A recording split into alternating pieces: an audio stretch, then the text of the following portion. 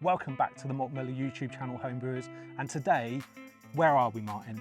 Today, James, we're in a top secret location in Herefordshire, in a hop field, and we're going to visit Charles Faram.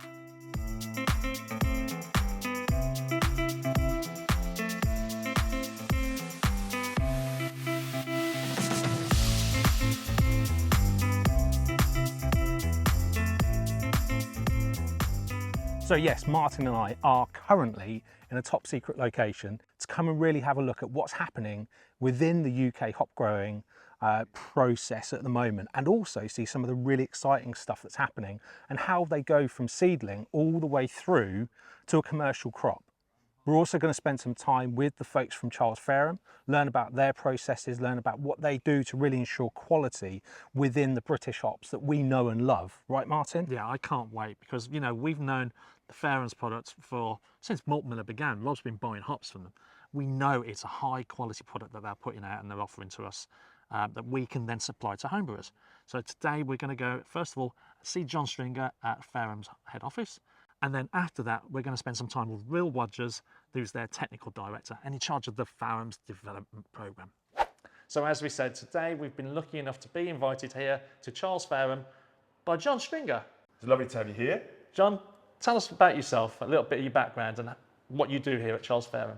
Well, I've been in the brewing industry for about 15 years now. I started off as a cask washer at Ramsgate Brewery, and I worked my way up to head brewer there over the course of 9 or so years. And on the way, I've grown an absolute massive affection for everything brewing related and for the whole industry in the UK, the pubs and the growers side of things, both from malt and hops. And yeah, I'm now working for Charles Faram as a hop merchant, as your sales manager, and representing other breweries in the southeast of England and the east of England, and having a really good time. So a bit of a beer and brewing obsessive, really. Yeah, and I still homebrew and. Yeah, I know. I sold you the kit. Exactly. Yeah. So yeah, I love it. I love it. I think British brewing is something to be very proud of, the industry and the styles of beer that we make, and yeah, it's absolutely great. So John, just tell us a little bit about what Charles Faram do. We sell hops and other brewing staples to breweries in the UK and around the world. We've been in existence since the middle of the 19th century as both a hop factor, which is more closely aligned with the grower, and a merchant who typically work with the brewers. And since then we've expanded, and we work very heavily with the UK growers. In fact, we sell up to probably about 70% of the total UK crop. And yeah, we basically make sure that our customers in the UK are covered as far as from hop requirements to malt that they need to other brewing requirements. So as in terms of what you guys do for us, you supply us with a large portion of the hops that we purchase, especially the British hops. You also import some malt for us, which is the Environment malt, which we're very grateful for you supplying that to us in the whole form that we buy it in. But really today was all about, we wanted to come here and just understand a little bit in the background. You're not just an office. You guys are actually working with farms, aren't you? So can you just tell us a bit? We're working with many farms in the UK, and we've got our own cooperative now called Charles Faram Farms, which we work very closely with. We buy everything they basically produce and help them throughout the year as far as understanding maybe what we have requirements for from our own proprietary hops which we've developed. So it's good for you to see processing, pelletizing, fresh packing, and also to see, looking at the farms, to see the insight that we give to the growers, as well as how we want these particular hops grown, and so that they end up being picked at the right time and they're presented to us in the right way, so that you, as the end user or selling on to the homebrewers of the UK, they're getting these products in the best place possible. Like you say, the care and quality attention you put into the hops that you provide to us, it's absolutely fantastic to be able to come here and see that, because it also kind of is what the chain that we follow. When we take it from you, we're taking it and nitrogen flushing as well and keeping it cold stored just like you guys do, so that our customers get exactly the same quality products you're supplying to us. So it's just really nice to see that chain. But you've already touched on something else I really want to grill you about, the actual hops. Which one's your favourite? Come on, which is your favourite? Well, coming from my brewing background commercially with with Gads, I'd have to say East Kent Goldings. East Kent Goldings are just beautiful, you know, they're well regarded the world over, and you can make so many great beers with them.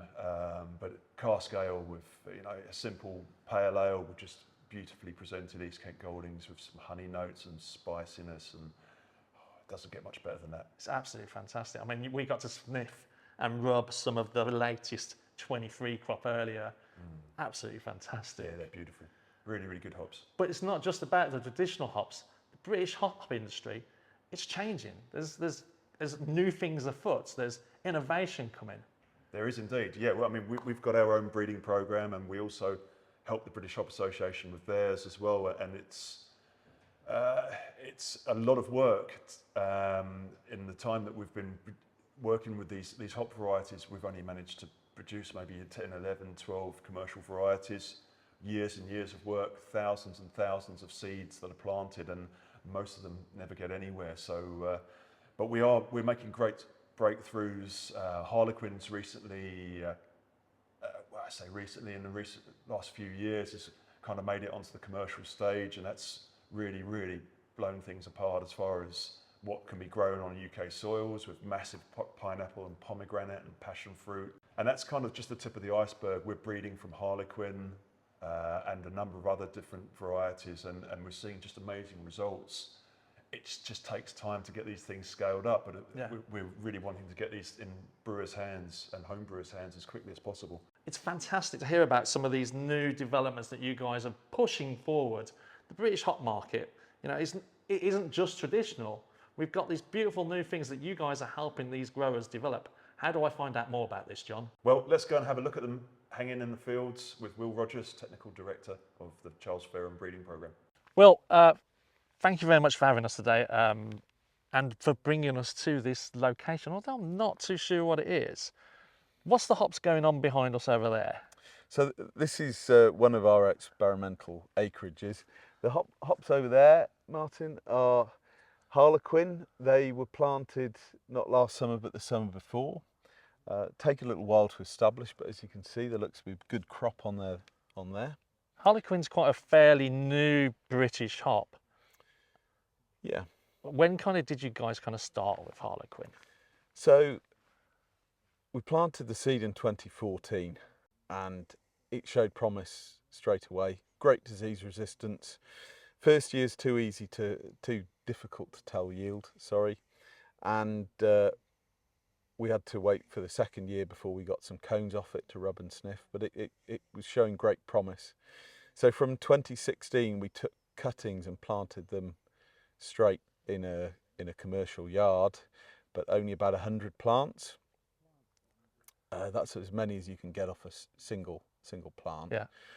And we had a commercial crop, a little commercial crop the year after that, and a little bit more the year after. But we're only talking about 50 kilos off that first row. Yeah, I kind of remember we started to get hold of Harlequin, which you very kindly, you know, when it started to get availability, we got 5 kilos that year. And it's slowly grown. You know, it's like last year I got 30 kilos. This year, 60, you know. Yeah. It's slowly grown, that story. We wanted to give as many people as possible the chance to brew with it from an early stage, and the feedback we get from you guys and your customers is really important to us. Developing a new variety is a massive effort.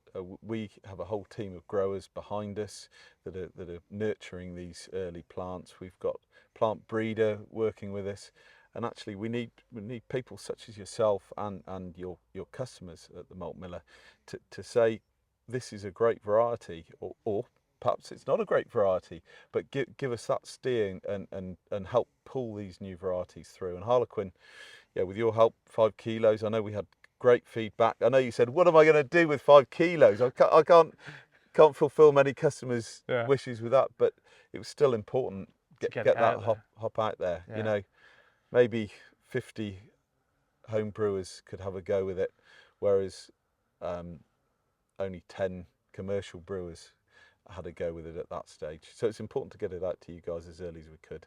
So obviously you've talked about the length of time that's taken, 2014 from the seed to where we are today. You know, looks like a lot of plants, but but I'm guessing still not a lot of acreage. That's not just time investment, that's got to be a huge financial investment because you're not getting any return on things for a few years. Absolutely. The cost of running the programme adds up to hundreds of thousands of pounds. We set it's a numbers game, so we're planting 15,000 seeds every year, and actually those that get onto a commercial farm may only be 2,500 new varieties, but then we have to assess every single one of those, and every one of those has the potential to be a new variety, but equally that's a huge resource just going through all of that, checking each one is either living up to its potential or do we need to get rid of it. We have to be absolutely ruthless. Like I say, there's what looks like a lot of plants here. Anyone coming to collect some fresh from you straight away? Last year was the first year we allowed Harlequin to be brewed with as a green hop. Yeah. Next week we've got Daya coming to pick some up. We've got Buxton coming to have a look. There's been a lot of interest in brewing with Harlequin as a green hop. Daya's not far away, so they're coming up and they're going to brew. It'll be brewed within about an hour of it being picked. Fantastic. So I mean, demand is growing for this beautiful hop, but like there's also around us these other smaller plants. Can you just explain what these are? Because these are not like what we've got over there with the Harlequin plants. No, so these hops, there's two separate rows. They're numbered varieties. So when you see the CF 198 or 302, they're one of those varieties. There's two separate ones. They were only planted this summer, but growing conditions have been fantastic. So they're planted as little babies in July, and actually some of them have even got cones on, which is just shows what good growing conditions we had this summer. Unlike the previous summer where these would have still only been 6 inches high had we grown them at the same. So at this point, these have got no names. They're just CF numbers. They'll be related to another variety. We've taken them from the individual plant, taken cuttings so they're genetically true to type. We grow a panel of them so that we'll get about 15 kilos of dried hops off those 30 plants, with the idea that that then gets us a really good brewing trial or several brewing trials if we're lucky. And then these plants will be taken on to larger acreages in another couple of years' time if those brewing trials prove successful. So year one, little plant like this, 30 of them, you'll get 15 kilos. You've then got to dry in the second year. In the second year. Then you've got to dry that, well, pick it, dry it, all on a smaller scale than the actual. Wow. We showed you earlier, we've got a small pilot kiln that allows us to dry these sorts of volumes, but it's a real challenge. There's a huge amount of work involved. Yeah, I mean, you don't kind of tend to think about that when you say, well, where are the new exciting hops, or why can't I get more volume? But you're going through so much kind of work to bring us these new things. So to put it into perspective, you're familiar with Sarts from the Czech Republic. So Sarts, they grow 4,000 hectares of a single variety Sarts. For the last 20 years, they have planted 50,000 seedlings trying to get a disease-resistant Sarts. So that's 1 million plants, and they don't have a replacement for Sarts out of that. So you're not just chasing the big juicy fruity hop, you're also trying to work on resilience, pest resistance. We have to jump through huge numbers of hoops to get to a commercial status, and it can only be done by doing huge numbers of new selections in repetition. And obviously it's taking up space that could be used for something that people want to buy today. Absolutely, but if we don't put the work in now, we won't have anything to sell you in 10 years' time. Well, John, I really cannot thank you enough for the hospitality you've shown us today. The way you've shown us around the processing, the development, and actually shown us the state of this year's harvest. I just can't thank you enough. That's been brilliant. It's an absolute pleasure. Always good talking to you guys. Showing how passionate we are is a privilege. Thank you for coming. No, I really can't wait to receive this year's harvest and to hopefully start getting some brews on with that beautiful Harlequin that's coming up. lots to look forward to. Definitely.